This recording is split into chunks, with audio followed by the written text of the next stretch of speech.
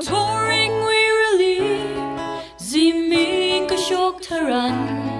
Phungcham ma take gym, awam ting naraha. Vanau kon lay shi mai, machinery ripan, paningung zat ka hai, atam chi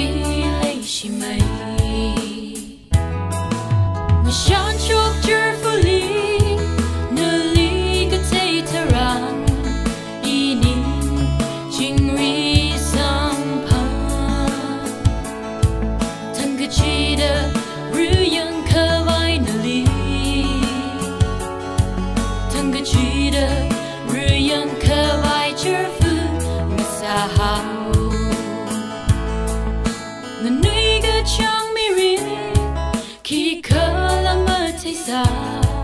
Bangasin de gaza Ngaya chang ra holi Mating rigining li Raji tay mi chinga Paningung atam chi Nalimang lay shisa Mashan chok cheerfully Nali gatay tarang Jingri sampan, tan ka chida ruyang ka vai nali, tan ka chida ruyang ka vai cheerful masahau.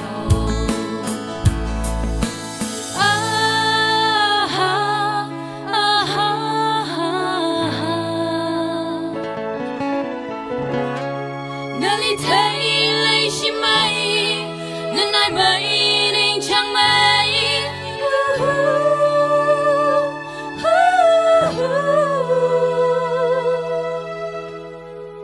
Mashan chok cheerfully Nali ka tay taran Ining jingri sampang Tan ka chida ruyang ka vai nali Chida ruyang ka vai cheerful masahau Mashan chok cheerfully Nali ka tay taran Ining